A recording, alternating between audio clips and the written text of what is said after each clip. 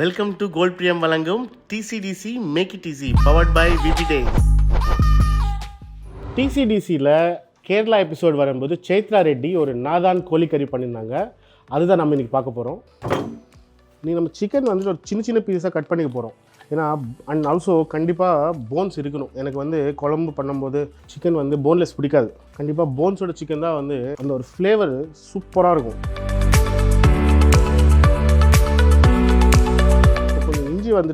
ரொம்ப சின்ன சின்னதாக கட் பண்ணிக்கலாம். கொஞ்சம் பூண்டு, சாப் பண்ண பூண்டு, கொஞ்சம் தேங்காய், அதே மாதிரி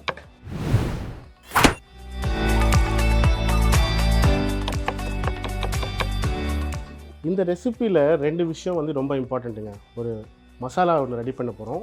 மல்லி சீட்ஸ், பட்டை, கொஞ்சம் கிராம்பு, அதுக்கப்புறம் சோம்பு, ஒரு 7-8 வரமிளகாய் கறியாக இருந்தாலும், இந்த ஒரு கோல்ட் பிரியம் எண்ணெய் ஊற்ற போகிறோம். எண்ணெய் சூடாயிடுச்சு.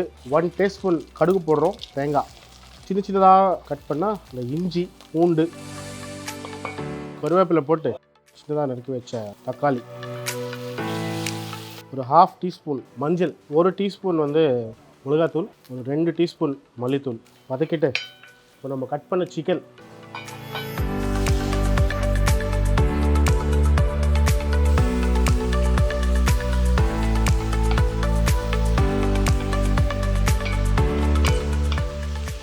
கொஞ்சமாக உப்பு போட்டுடலாம்.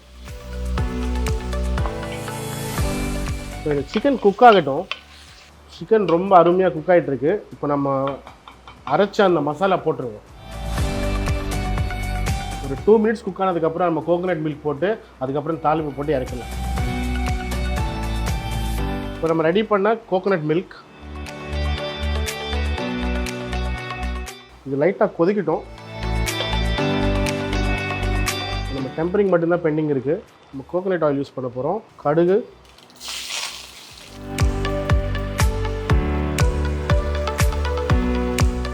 கடைசியில் முக்கியமான 3 இன்க்ரீடியன்ட்ஸ்: மிளகு பொடி, சர்வ சுகந்தி, ஆல் ஸ்பைஸ் பவுடர்னு சொல்லுவாங்க, கொஞ்சம் கொரியாண்டர் லீவ்ஸ். ஒரு 2 மினிட்ஸ் பண்ணோன்னா டிஷ் ரெடி. நம்ம நாதான் கோழிக்கறி ரெடிங்க.